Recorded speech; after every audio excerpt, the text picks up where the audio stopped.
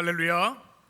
오늘도 하나님을 경외하고 사랑함으로 주의 성전에 나와 예배하는 우리 모든 성도들을 주님의 이름으로 축복합니다.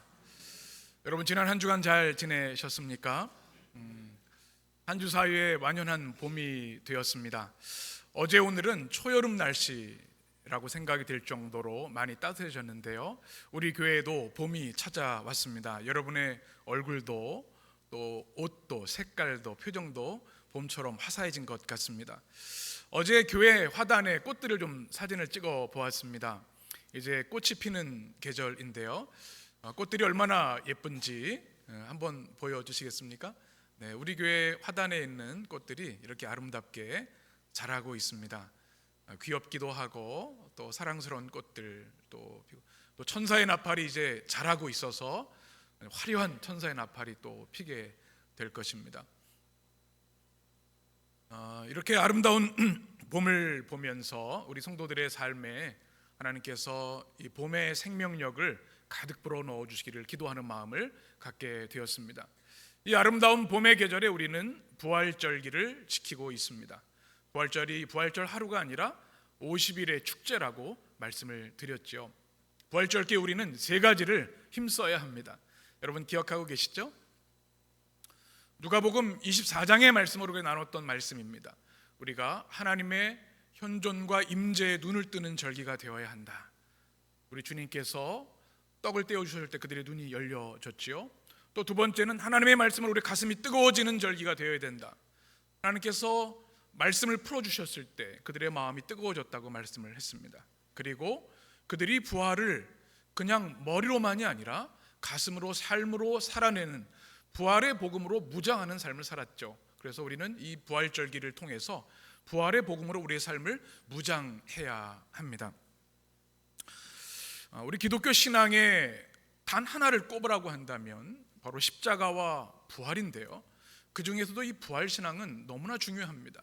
우리의 심장과 같은 것이죠. 우리가 심장이 멈추면 죽은 사람이 되는 것처럼 부활의 심장, 부활의 복음이 우리 안에 사라진다면 우리는 영적으로 죽은 사람이 될 수밖에 없는 것이죠. 그래서 부활의 복음을 우리가 잘 알아야 하고 그 부활의 복음을 잘 믿어야 하는 줄 믿습니다. 우리가 전장에 나간다고 한다면 어떻게 하죠? 아주 혹독한 훈련, 강한 훈련을 받습니다. 싸워서 이기려면 훈련밖에 길이 없죠. 그리고 무장을 잘 해야 합니다. 마찬가지로 우리도 영적인 훈련을 끊임없이 해야 합니다. 그래서 사도 바울은 우리가 그리스도의 군사라고 했죠. 경건의 훈련을 해야 된다고 말씀을 했습니다. 그리고 무장해야 돼요. 하나님의 전신갑주로 말씀과 기도로 우리가 무장되어야 합니다. 그 중심의 핵심이 무엇입니까? 바로 부활의 복음입니다. 이 부활의 복음을 우리가 잘 무장할 때 우리 인생에서 닥치게 되는 절망과 눈물과 고통과 우리가 헤아릴 수 없는 공허를 이길 수 있는 복음의 능력을 우리가 누릴 수 있기 때문에 그렇습니다.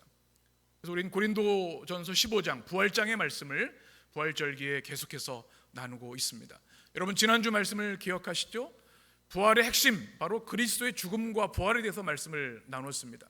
사도 바울이 고린도전서 15장을 기록한 이유가 무엇이었습니까? 고린도 교회는 문제가 많은 교회였습니다. 은혜가 많은 교회임과 동시에 당파도 있었고요, 영적인 무질서가 있었습니다. 공예배, 방언으로 기도하는 이들로 인해서 교회가 무질서해지고 또 열등감과 우월감으로 인해서 많은 상처들이 있었습니다. 또 세속적인 타락이 있었고 성적인 문란함이 있었습니다. 그런데 이 모든 문제의 근원이 무엇인가? 사도 바울은 부활신앙이 없기 때문이다라고 진단을 합니다. 그래서 이 고린도전서 결론부에 와서 부활을 이야기하고 있는 것이죠. 그래서 부활을 우리가 잘 알아야 되는데 어떻게 해야 된다고요? 우리가 부활의 복음을 받았으니 이 복음은 유앙겔리온, 단 하나의 유일한 기쁜 소식, 우리가 구원받을 수 있는 단 하나의 생명의 소식, 예수 그리스도와 십자가라고 말씀을 드렸습니다. 그래서 우리는 어떻게 거해야 됩니까? 복음 안에 살아야 된다, 지난주에 말씀했습니다. 제가 당부를 드렸죠. 우리 그리스도인들은 교회 안에서 복음 안에서 교제해야 되는 줄 믿습니다. 다른 것이 개입되면 믿음이 혼란해지고 문제가 반드시 생깁니다. 교회 안에서 절대로 정치 얘기하지 말라고 제가 말씀드렸죠. 그리고 세속적인 이야기, 주식이나 또 이런 부동산 이런 얘기가 아니라 우리는 복음 안에서 그리스도 안에서 가족이 되어야 합니다. 이걸 여러분 잘 지켜주시기 바라요. 그리고 그 복음을 인해서 우리가 구원을 받은 것이죠. 그래서 복음을 굳게 지켜야 하고 헛되이 믿어서는 안 된다. 복음의 4가지 동사를 말씀드렸습니다. 무엇이죠? 그리스도께서 죽으셨습니다. 그리스도께서 장사되셨습니다. 묻히셨습니다. 3번째가 그리스도께서 다시 사셨습니다. 그리스도께서 나타나셔서 보이셨습니다. 이것이 초대교회의 크레도, 그들이 믿는 복음의 내용 4가지였습니다. 2가지로 줄이면 뭐예요? 그리스도께서 죽으시고 부활하셨다. 십자가와 부활이 복음의 핵심이라는 사실입니다. 이것을 바울은 다시 한번 고린도 교회에 경각심을 가지고 이 복음을 다시 한번 붙잡아야 된다고 말하고 있습니다. 그리고 주님의 부활이 누군가 만들어낸 동화나 환상이나 지어낸 이야기가 아니라 역사적 사실인 것을 증명합니다. 부활 증인 목록이 있었죠.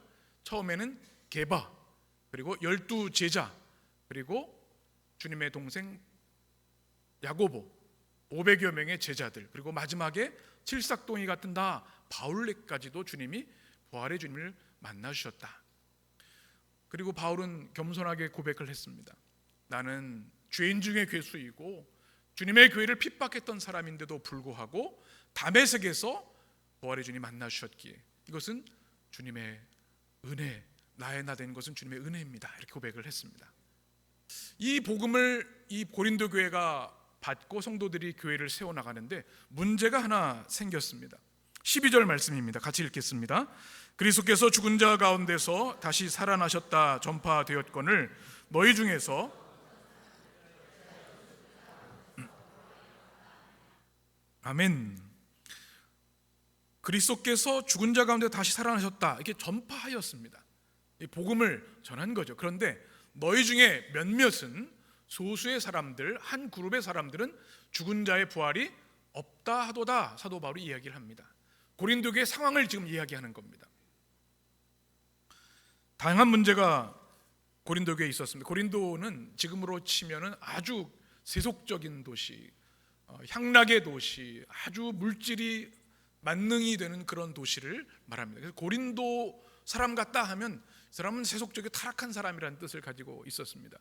그러니 믿음 생활을 해도 그것이 성도들의 안에, 교회 안에 들어오게 되겠지요. 그러면서 이 세상의 사조의 생각이 바뀌게 되면서 기독교 복음의 핵심인 부활을 부정하는 사람들이 생긴 것입니다. 그들이 처음에는 다 예수님이 죽으셨고 또 묻히셨고 다시 사셨고 보이셨다는 그 복음을 받아들여서 구원을 받았음에도 불구하고 시간이 지나면서 고린도의 문화가 그들에게 들어오면서 죽은 자의 부활은 없다 이렇게 이야기하는 이들이 생긴 것입니다. 왜 그랬을까요? 주님을 믿었어요. 주님을 영접하고 구원받은 백성이 됐는데 왜 죽은 자의 부활이 없다고 얘기하는 겁니까? 그것은 그 당시 그리스 철학의 영향을 받았기 때문입니다. 아마 이들은, 성서학자들은 이들이 그 당시에 엘리트들이었을 것이다.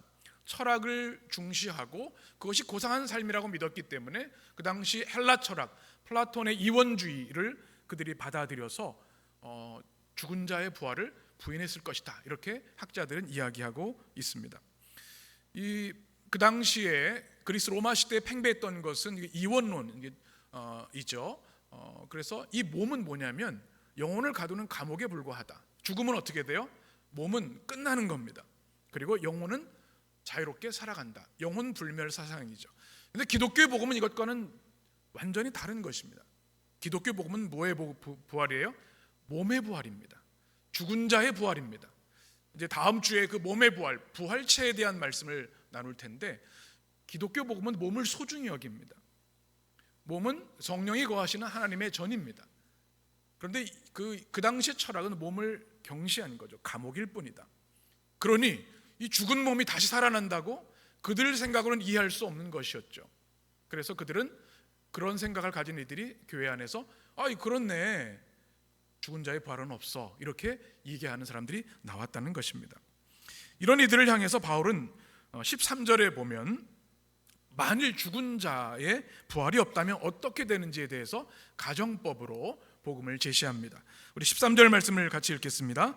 만일 죽은 자의 부활이 없으면 그리스도도 다시 살아나지 못하셨으리라. 아멘. 주님께서 죽으셨다고 말씀을 드렸죠. 부활의 동사가 중요한 것이 이것 때문입니다. 죽으셨고 어떻게 해요? 묻히셨다. 그 당시에 주님의 부활을 부인하는 이들이 뭐라고 했냐면, 예수님 십자가에서 너무 힘드셔서 기절해서 깨어나신 거다. 잠깐 주무셨다가, 그것이 아니라 완전히 죽으셨고 아리마대 요셉의 무덤에 묻히셨습니다. 며칠 만에 부활하셨어요? 정경대로 사흘 만에 부활하셨습니다. 그러니까 죽은 자가 부활하시는 것이 그리스도의 부활입니다. 그런데 죽은 자의 부활이 없으면 그리스도의 부활도 없는 것이 아니냐, 이렇게 말하고 있는 것입니다. 우리 14절 15절을 보게 되면 그리스도께서 부활하지 않으셨다면 어떤 일이 일어나는지를 말하고 있습니다. 같이 읽겠습니다.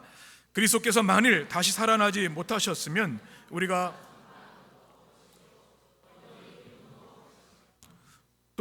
하나님의 거짓 증인으로 그리스도를 다시 살리셨다고 증언하였습니다. 만일 죽은 자가 다시 살아난 일이 없으면 하나님이 그리스도를 다시 살리지 아니하셨으리라. 아멘. 바울은 가정법을 통해서 주님께서 부활하신 것이 분명하지만 만약에 그리스도가 죽음에서 부활한 것이 아니라면 세 가지 현상이 일어난다고 말합니다. 첫 번째가 무엇입니까? 자막을 보여주시면, 너희들의 믿음이 전하는 것이 헛것이다. 전하는 것이 뭡니까? 케리그마, 복음 전파입니다. 교회가, 사도들이 전하는 복음이 이게 헛된 것이 된다는 겁니다. 그리스도가 부활하신 것이 아니라면. 두 번째는 무엇입니까? 믿음이 헛된 것이다. 피스티스, 너희들이 믿는 믿음도. 그 다음에 하나님이 성자 예수 그리스도를 죽음에서 살리셨는데 하나님의 사역을 부정하는 것이니까 거짓 증언하는 것이다, 이렇게 말하고 있는 것입니다. 그래서 주님의 부활, 그리스도의 부활을, 죽은 자의 부활을 부정하는 것은 기독교 복음을 정면으로 부인하는 것이니 얼마나 어리석은 일이냐. 그리고 16절에 이렇게 말씀합니다. 만일 죽은 자가 다시 살아나는 일이 없으면, 또 한번 강조하는데요, 그리스도도 다시 살아나신 일이 없었을 터이요. 그런데 정작은 어떻습니까? 그리스도께서 죽은 자 가운데 살아나셨죠. 너희들의 믿음이 얼마나 잘못된 것인가를 말하고 있는 겁니다. 그리고 주님의 부활이 없으면 17절 18절에 다시 한번 강조합니다. 같이 읽겠습니다. 그리스도께서 다시 살아나신 일이 없으면 너희의 믿음도 헛되고 너희가 여전히 죄 가운데 있을 것이요 또한 그리스도 안에서 잠자는 자도 망하였으리라. 아멘. 세 가지입니다. 그리스도께서 다시 사시지 않으셨다면 첫 번째 무엇이 헛되요?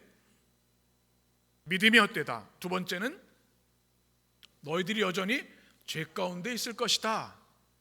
이것이 매우 중요한 이야기입니다. 여러분, 우리가 왜 죽습니까? 성경적 대답은, 성경에서 말하는 죽음의 원인은 죄입니다. 인류의 조상인 아담이 하나님을 거역하고 불순종해서 죽음이 찾아왔고, 그 후에인 우리 모두에게는 그 원죄로 인해서 죽게 되는 것이죠. 이 죽음을 어떻게 해결할 수 있습니까? 이 죄의 문제를 어떻게 해결할 수 있습니까? 그것이 하나님 주신 방법이 예수 그리스도의 십자가입니다. 대속의 사건이죠. 구약시대는 수없이 많은 짐승의 제사를 자신의 죄를 전가해서 했지만 주님께서 단 한 번의 완전한 희생제물이 되셔서 회개하고 주를 영접하는 모든 이들에게 대속의 은혜를 주셨습니다. 그리스도를 믿는 자에게 죄의 문제가 해결된 거죠. 그러면 죄의 결과인 죽음도 해결된 겁니다. 그래서 이 십자가와 부활, 특별히 부활은 죄로 인한 죽음을 해결하는 하나님의 방법인 것입니다. 죽음을 이기는 믿음이 이 부활신앙에 있는 것이죠. 이 복음이 우리에게 있다는 것이 얼마나 감사한지 모릅니다.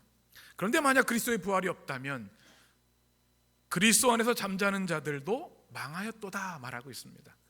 망한다 말을 요즘도 쓰는데 파도 바울도 쓰고 있습니다. 그 단어의 뜻이 파멸하다라는 뜻을 가지고 있습니다. 아폴론토라는 단어입니다. 그들은 그리스도 안에 죽었지만 부활이 없다면, 그리스도의 부활이 없다면 망한 것이다. 그들도 구원과 영생을 얻지 못한 것이다 라고 하는 말씀을 하고 있는 것이죠. 그리고 19절에 이렇게 더 강조합니다. 같이, 만일 그리스도 안에서 우리가 바라는 것이 살 뿐이면 모든 사람 가운데 우리가 더욱 불쌍한 자이라. 아멘. 그리스도 안에서 바라는 것이 이 세상으로 끝나는 것이라고 한다면 우리에게 부활 소망이 없고 영원한 천국이 없기에 우리는 지금 무엇을 위해 살아가고 있는가? 우리는 더욱 불쌍한 사람이 된다. 만약에 죽음 후에 다른 영생과 부활이 없다면 그냥 이 땅에서 잘 먹고 잘 살고 놀면서 쾌락을 지으며 사는 것이 더 나은 것이 아닌가, 이런 얘기입니다. 그런데 그리스도의 부활이 있기 때문에 죽은 후에 우리에게 영원한 생명이 있기 때문에 우리는 이 부활의 소망을 가지고 이 땅에서 그리스도의 뜻을 따라 살아가는 거죠. 이 복음을 우리가 마음속에 새겨야 할 줄 믿습니다. 그리고 오늘 말씀의 굉장히 중요한 결론, 어쩌면 성경 전체의 결론이라고 할 수 있는 20절의 말씀, 유명한 말씀이 등장합니다. 우리 같이 읽겠습니다. 그러나 이제 그리스도께서 죽은 자 가운데서 다시 살아나사 잠자는 자들의 첫 열매가 되셨도다. 아멘. 두 가지 중요한 복음의 명제입니다. 첫 번째, 주님이 부활하셨는데 어디서 부활하신 거예요? 죽은 자 가운데서 부활하신 겁니다. 이것을 사도 바울이 계속 말씀해요. 두 번째는 뭐예요? 잠자는 자들의 첫 열매가 되셨다. 누가요? 그리스도께서, 예수님께서 십자가에 죽으시고 부활하심으로 잠자는 자들의 첫 열매가 되셨다. 예수님을 믿고 구원받은 모든 성도들, 그리고 죽음에 임한 성도들, 그렇죠? 여기서 잠자는 자는 은유의 표현이죠. 메타포입니다. 죽은 자를 말합니다. 그들에게 첫 열매가 되셨다. 첫 열매는 성경에서 굉장히 중요한 의미를 가지고 있습니다. 그래서 구약에서 보면 하나님의 언약 백성은 반드시 하나님께 첫 것을 드려야 했습니다. 그래서 소득의 그 농사의 첫 열매를 주님께 드렸습니다. 그리고 우리 짐승들도 초태생을 하나님께 드렸죠. 이것이 바로 우리의 주일 신앙, 한 주의 첫날을 주님께 드리는 것이고 11조의 영성으로 이어지는 겁니다. 소득의 모든 것이 주님의 것이지만 첫 것을 주님께 구별해 드리는 겁니다. 이 첫 것의 의미가 뭐예요? 전부의 의미를 가지고 있습니다. 다 하나님의 것이고 다 하나님께 드려야 하지만 첫 것을 드릴 때 하나님께 모든 걸 드리는 믿음으로 주님이 받으시고 축복을 주시는 거죠. 이 잠자는 자들의 첫 열매가 되셨다고 하는 것은 세 가지 차원의 뜻을 가지고 있습니다. 첫 번째는 생물학적인 의미가 있습니다. 첫 열매라고 하는 것은 동질성과 연속성을 이야기하는 겁니다. 여러분, 나무에서 열매가 딱 처음 맺혔어요. 사과가 딱 열렸어요. 그러면 이 나무가 무슨 나무입니까? 네, 사과가 딱 열리면 사과나무죠. 그러면 두 번째 열매는 뭐예요? 사과입니다. 동일한 것이 맺히는 거예요. 괜히 사과나무에 갑자기 두 번째 열매가 아보카도가 열리면 어떻게 돼요? 수박이 열리면 어떻게 돼요? 이거는 안 되는 거죠. 그리스도가 잠자는 자들의 첫 열매가 되셨다고 하는 것은 우리의 부활도 그리스도와 동일하다는 이야기를 말씀하는 겁니다. 연속성은 또 뭐예요? 첫 해는 사과가 열렸는데 둘째 해는 수박이 열려요. 연속성이 없는 거죠. 그런데 이 생물학으로 보면 그 다음에도 5년 후에도 계속 사과가 열리는 겁니다. 그러니 사도 바울도 베드로도 마찬가지고 오늘의 우리도 앞으로의 다음 세대도 그리스도 안에 죽은 자들은 그리스도와 동일하게 연속성 안에서 부활하게 된다는 말씀입니다. 이것이 생물학적인 첫 열매의 의미입니다. 성경적 의미도 있습니다. 아파르케라는 단어입니다. 이 첫 열매라는 단어가 이것은 뭐 계약금 또는 착수금 이런 의미를 가지고 있습니다. 우리가 다운 페이먼트라고 얘기를 하죠. 제가 이제 미국에서 목회를 하고 캐나다에서 목회를 할 때 보면 성도들이 집을 사실 때 만약에 집이 100만 원이면 얼마나 좋을까요? 100만 원인데 10만 원만 내면 그 집이 내 소유가 되는 거예요. 왜요? 계약금, 다운 페이먼트라고 해요. 착수금입니다. 집값은 평생 갚아요. 30년, 50년. 그런데 착수금을 내는 그 순간부터 그 집은 내 집이 되는 거고 그것을 내가 누릴 수 있는 거죠. 이게 뭐예요? 첫 열매, 아파르케의 의미입니다. 자동차도 마찬가지입니다. 그래서 우리 주님께서 십자가에서 우리의 모든 죄의 대가를 치르시고 주님께서 아파르케, 계약금, 착수금을 지불해 주셨습니다. 그래서 paid in full 이렇게 얘기를 하면 십자가와 부활을 위해서. 그래서 우리는 아직 죽지 않았고 죽은 후에 부활이 아직 오지 않았지만 그리스도께서 이미 계약을 해주시고 착수금을 내주셔서 이미 우린 지금부터 부활 생명을 사는 겁니다. 아멘이시죠? 이것이 첫 열매 아파리케의 뜻입니다. 세 번째, 신학적 의미가 있습니다. 신호탄의 의미가 있습니다. 여러분 그 사진 한번 주면 신호탄이라는 게 뭐예요? 우리 무슨 불꽃놀이 같은 거 하면 이제 시작합니다. 카운트다운해서 2, 1, 0 하면 하나가 딱 쏩니다. 그러면 다음부터 대대적으로 이 불꽃놀이가 화려하게 딱 시작되는 거예요. 이게 신호탄입니다. 그리스도가 잠자는 자 첫 열매가 되셨다는 것은 주님께서 그리스도를 믿고 죽은 자들은 이렇게 되는 거야, 첫 신호탄을 보여주시는 거예요. 2000년 전에. 그래서 그리스도 안에 죽게 되면 그 복음을 믿는 이들은 주님과 같이 이제 대대적인 부활이 일어난다는 것을 말씀하는 것, 이것이 바로 첫 열매의 의미입니다. 또 하나 의미는 예고편의 의미가 있습니다. 여러분 영화 드라마 좋아하시죠? 예고편을 잘 만들어야 됩니다. 그죠? 예고편을 보면 이거 재밌겠다, 봐야겠다, 그 이야기가 어떻게 전개되는지를 압축해서 보여주는 게 예고편입니다. 예수님께서 십자가에 죽으셔 부활하신 것이 예고편이라는 말씀입니다. 첫 열매라는 것. 주님이 이렇게 죽으셨지, 묻히셨지, 또 부활하셨지. 우리도 주님과 같이 이렇게 부활하게 되는구나. 이 주님의 부활을 보고 알게 된다는 이야기입니다. 사랑하는 여러분, 이 첫 열매가 되셨다고 하는 이 놀라운 복음을 인하여 감사하고 또 주님께 영광 올려드리게 되시기를 간절히 축원합니다. 우리 인생에 있어서 참으로 해결할 수 없는 문제들이 있습니다. 아무리 노력을 해도 아무리 지혜를 쏟아도 안 되는 문제도 있죠. 그 중에 대표적인 것이 바로 우리의 죄의 문제와 죽음의 문제입니다.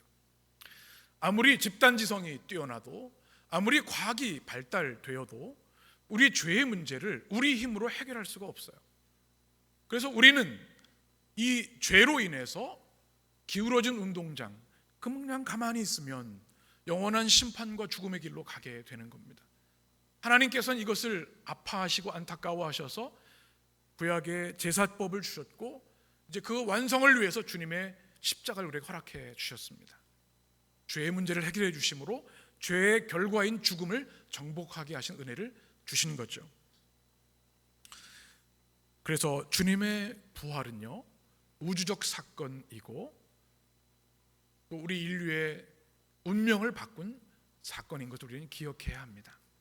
그래서 기독교는 부활의 복음을 말하고 그 부활 복음으로 인해 어려운 세상을, 죄를, 죽음을 이기는 신앙을 갖게 되는 것이죠. 이 복음이 12제자를 통해서 또 사도 바울을 통해서 초대교회와 2000년 교회 역사를 통해서 우리에게 주어져 있습니다. 우리는 그 복음을 받아들였습니다. 예수님께서 나를 위해 죽으셨습니다.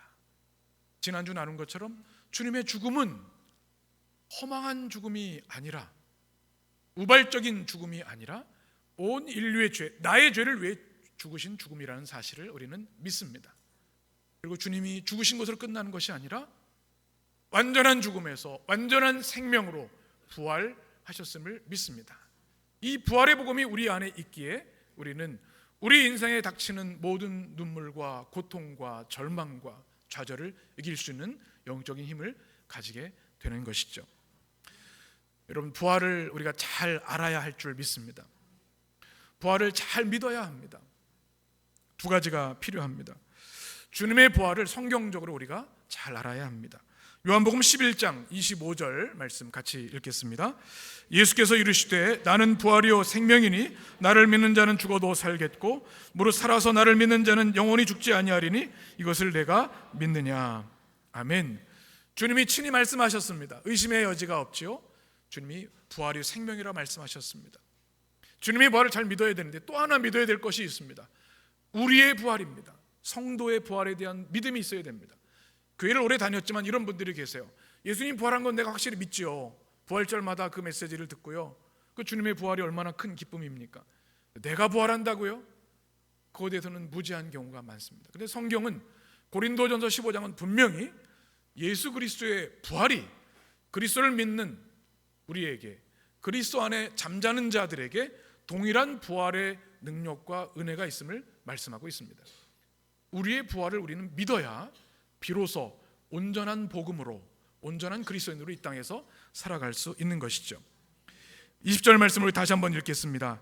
그러나 이제 그리스도께서 죽은 자 가운데서 다시 살아나사 잠자는 자들의 첫 열매가 되셨도다. 아멘. 오늘 말씀 중에 다른 거는 다 잊어버리셔도 이 말씀을 꼭 기억하시기 바랍니다. 죽음 가운데 주님이 부활하셨고 잠자는 자들의 무엇이 되셨어요? 첫 열매가 되셨다. 그것은 중요한 의미가 있다고 말씀드렸습니다. 동질성과 연속성이 있다고 말씀드렸고, 아파르케, 우리 주님께서 선취금, 계약금, 다운 페이먼트, 그로 인해서 우리가 지금 우리가 장차 받을 부활의 영광을 이 순간부터 누리며 살 수 있는 것이죠. 그리고 주님의 부활은 신호탄이다, 예고편이다, 이 말씀을 드려서 우리는 우리의 절망을 이길 수 있는, 우리 안에 주어질 이 부활을 소망하기에 살아갈 수 있는 것이죠. 여러분에게 오늘 말씀을 마무리하면서 우리 여러분의 이 부활신앙을 가진 성도들이 어떻게 살아야 되는지를 같이 나누려고 합니다. 첫 번째는 이 땅의 것에 집착하지 않는 삶을 사시기를 바랍니다. 왜요? 죽음이 이 세상이 전부가 아니기 때문에. 우리가 그리스도의 복음을 믿는다고 하는 것은, 우리가 예수 그리스도의 십자가와 부활을 통해 구원받았다고 하는 것은 우리 세계가 무한 확장되는 순간을 경험하는 것입니다. 내 생각, 내 사고에만 벌쳐 있으면 얼마나 작은 세계입니까? 그러나 이 부활의 세계가 우리 가운데 연결되어 있을 때 우리는 이 땅의 것에 일희일비하지 않고 집착하지 않을 수 있습니다. 우리에게 부활의 영광이 있기 때문에 눈물과 슬픔이 있어도 이겨낼 수 있는 것이죠. 두 번째는 영광의 부활을 소망하며 살아가시기를 바랍니다. 여러분, 무엇을 소망하고 계십니까? 바라는 것들이 많이 있으시겠죠. 그러나 그것과 차원이 다른 우리 주님의 부활, 그리고 주님의 부활로 인해서 우리에게 주어질 영광스러운 부활을 이 땅에 살면서도 소망하며 사모하며 사시기를 바랍니다. 세 번째, 성결한 삶, 거룩한 삶, 성화의 삶을 살아가시기 바랍니다. 부활이 없다면, 이 땅이 전부라면, 우리 다음 주에도 나누겠지만 더 놀고 더 누리며 쾌락을 추구하며 사는 것이 어쩌면 맞을지도 모릅니다. 세상 사람들이 그렇게 살죠. 그러나 부활이 우리에게 있고, 그 부활이 예정되어 있고, 우리의 몸이 하나님의 성전이니 우리는 하나님의 뜻을 이루는 거룩한 도구가 되어야 합니다. 성결한 삶, 거룩한 삶, 성화의 삶을 살아야 되는 거죠. 네 번째는 어떤 상황 속에서도 사랑과 기대로 가득 찬 삶을 사는 겁니다. 부활의 사건은 사랑의 사건입니다. 하나님이 우리 인류의 죽음과 죄와 사단의 종노릇 하는 것에 대한 고통, 아픔, 사랑, 연민 때문에 독생자 예수님을 십자가에 활약해 주셨습니다. 사랑의 사건이고, 죽음을 이기고 부활하셔서 우리에게 생명, 새 창조, 부활의 능력을 주신 것도 사랑 때문이십니다. 그러니 우리는 부활을 믿는 사람이라면 사랑의 삶을 살아야 합니다. 그리고 기대의 삶을 살아야 합니다. 내가 절망 가운데 있고 기대할 것이 아무것도 없는 어둠만 보이는 것 같아도 우리에게는 부활의 미래가 있기에 우리는 우리의 삶 속에 이루실 하나님의 은혜를 기대하며 살아야 되는 거죠. 마지막, 죽음도 두려워하지 않는 삶을 살아야 합니다.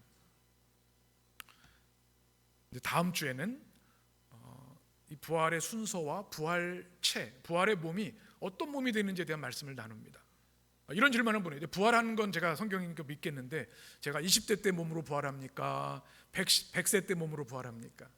내가 몸이 아플 때 몸으로 부활합니까? 아니면 축구하고 막 그런 힘이 있을 때 부활합니까? 내가 부활하는데 현세에서 빚이 너무나 많아 힘들었는데 부활하고 나서 그 빚이 내 빚이 되는 겁니까?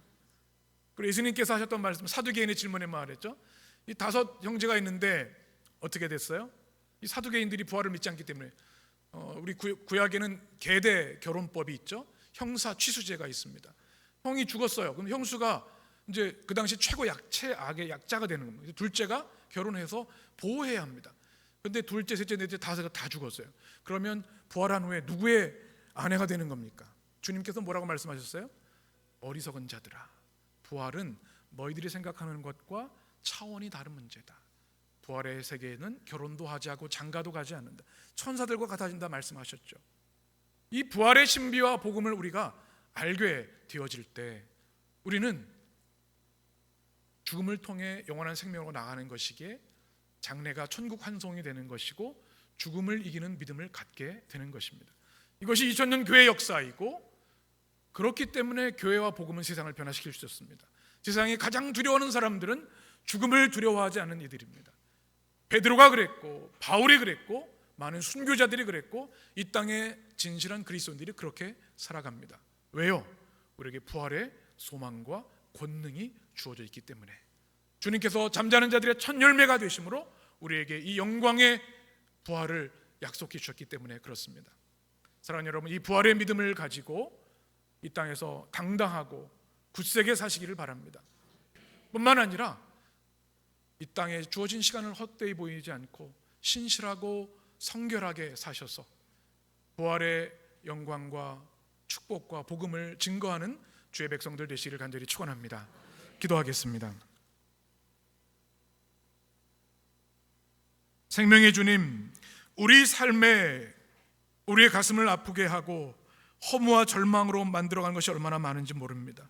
우리의 질병도 그렇고 우리의 실패도 그렇고 깨어진 관계도 그러합니다. 그러나 오늘 말씀을 통해서 그리스도의 부활이 나에게 부활의 승리로 주어진다는 복음을 듣게 하셨으니 감사와 찬양을 올려드립니다. 이 땅의 삶이 전부가 아니라 주님이 약속하신 영원한 나라, 영원한 부활의 세계가 있음을 복음을 통해 다시 한번 믿게 하시니 무한 감사를 드립니다.